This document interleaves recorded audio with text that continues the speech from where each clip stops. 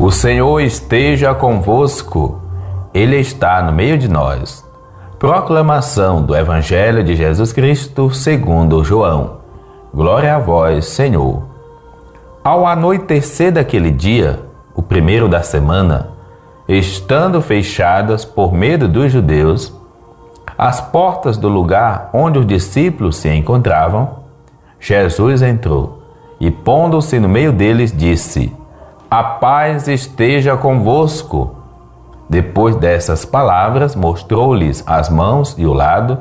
Então os discípulos se alegraram por verem o Senhor. Novamente Jesus disse: A paz esteja convosco. Como o Pai me enviou, também eu vos envio. E depois de ter dito isso, soprou sobre eles e disse: Recebei o Espírito Santo. A quem perdoardes os pecados, eles lhes serão perdoados. A quem os não perdoardes, eles lhes serão retidos. Tomé, chamado Dídimo, que era um dos 12, não estava com eles quando Jesus veio. Os outros discípulos contaram-lhe depois: Vimos o Senhor. Mas Tomé disse-lhes: Se eu não vir a marca dos pregos em suas mãos, se eu não puser o dedo nas marcas dos pregos e não puser a mão no seu lado, não acreditarei. 8 dias depois, encontravam-se os discípulos novamente reunidos em casa, e Tomé estava com eles. Estando fechadas as portas, Jesus entrou, pôs-se no meio deles e disse: A paz esteja convosco. Depois disse a Tomé: Põe o teu dedo aqui e olha as minhas mãos. Estende a tua mão e coloca-a no meu lado, e não sejas incrédulo, mas fiel. Tomé respondeu: Meu Senhor e meu Deus. Jesus lhe disse: Acreditar-te porque me viste? Bem-aventurados os que creram sem terem visto. Jesus realizou muitos outros sinais diante dos discípulos que não estão escritos neste livro, mas estes foram escritos para que acrediteis que Jesus é o Senhor, o Filho de Deus, e para que, crendo, tenhas a vida em seu nome. Palavra da salvação. Glória a vós, Senhor. Jesus ressuscitado está presente na comunidade, dando início à nova criação. Os cristãos sentem sua presença na ação do Espírito Santo, que move a implantação do projeto de Deus na história. A comunidade é chamada a ter fé madura, que não exige sinais extraordinários para perceber Jesus presente no meio dela. O texto de João 20, 19 a 31, o texto de hoje, pode ser dividido em 2 cenas distintas. Segue o epílogo, que originalmente era a conclusão do 4º evangelho. Na primeira cena, enfatiza-se a criação da comunidade messiânica, que, a mandado de Cristo ressuscitado, dá sequência ao projeto de Deus.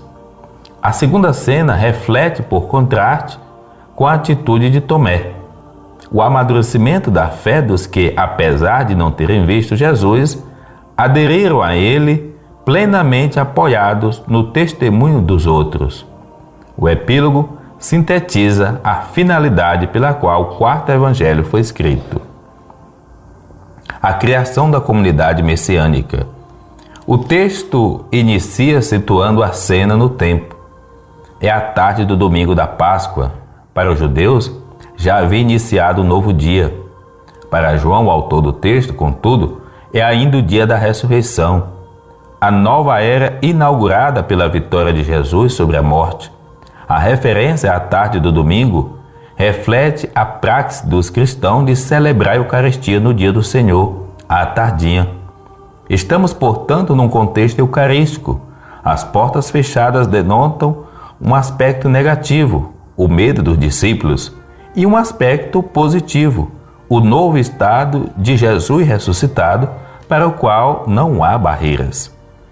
Jesus apresenta-se no meio da comunidade, mais uma referência ao contexto eucarístico, e saúda os discípulos com a saudação da plenitude dos bens messiânicos, a paz, o shalom.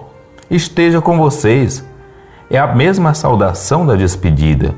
Por sua morte e ressurreição, ele se tornou aquele que venceu o mundo e a morte. É a saudação do Cordeiro vencedor, que ainda traz em si os sinais de vitória, as marcas nas mãos e do lado. Dele a comunidade se alimentará.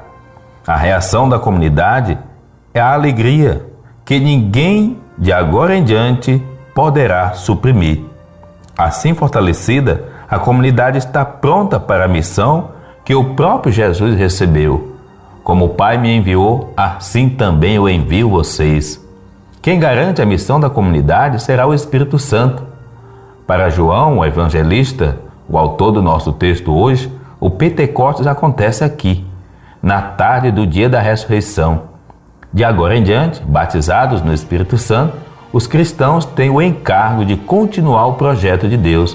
Esse projeto é sintetizado assim: os pecados daqueles que vocês perdoarem serão perdoados. Os pecados daqueles que vocês não perdoarem não serão perdoados. O que é pecado para João?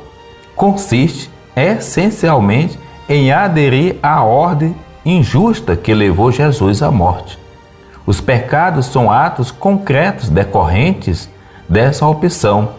Fundamentalmente, a tarefa da comunidade é mostrar em palavras e ações que quem se fechou ao projeto de Deus permanece em seus pecados. Os pecados permanecem. Jesus sopra sobre o Espírito e lhes comunica a sua missão. O sopro recorda o Gênesis, o sopro vital de Deus que comunica a vida. Recordando o Gênesis, João quer dizer que aqui no dia a dia da ressurreição nasce a comunidade dos seguidores de Jesus, aos quais ele confia sua própria missão. Os discípulos continuam a ação de Jesus, pois ele lhes confere a sua missão. Pelo Espírito que recebem dele, são suas testemunhas perante o mundo. Sua atividade, como a de Jesus, é a manifestação por atos e obras do amor gratuito e generoso do Pai. Diante desse testemunho, sucederá o mesmo que sucedeu a Jesus. Haverá os que aceitarão e darão sua adesão a Jesus, e os que permanecerão com o coração duro, hostil, rejeitarão o amor e voltarão contra ele, chegando inclusive a dar a morte aos discípulos em nome de Deus. Não é missão da comunidade, como também não era a de Jesus, julgar os homens. O seu julgamento, como o de Jesus, não faz senão constatar e confirmar o julgamento que o homem dá sobre si mesmo, diante do projeto de Deus. O segundo momento do texto de hoje é a fé amadurecida. Muito provavelmente o episódio de Tomé foi lembrado pelo autor do quarto evangelho para eliminar mal-entendidos na comunidade, segundo os quais as testemunhas oculares estariam num plano superior em relação aos que viram pessoalmente o Senhor ressuscitado. Esse era um conflito presente nas comunidades no fim do primeiro século. Tomé era um dos 12, que estivera com Jesus antes da paixão. O evangelista quer salientar que o importante não é ter estado com Jesus antes de sua morte, e sim viver a vida que nasce da ressurreição, assumindo o projeto de Deus como opção pessoal. De fato, não basta a boa vontade de Tomé. Vamos também nós, para morrermos com ele, disse ele em algum momento. Ele não fizera a experiência do Cristo vivo, nem receber o Espírito. Contrariamente a quanto faziam os convertidos, ele não aceita o testemunho dos discípulos. Sua fé ainda é fraca, não nasce da experiência de amor da comunidade, mas depende dos sinais extraordinários, como aquelas pessoas que, para acreditar em Deus, precisa um grande baque na vida, um grande sinal, um estado de salvação, enquanto que Deus é gratuidade. Deus não nos deve prova alguma. A referência ao oitavo dia denota, mais uma vez, o contexto eucarístico do texto. É o dia da nova criação, da plenitude. Oitavo dia por sua plenitude e primeiro por sua novidade.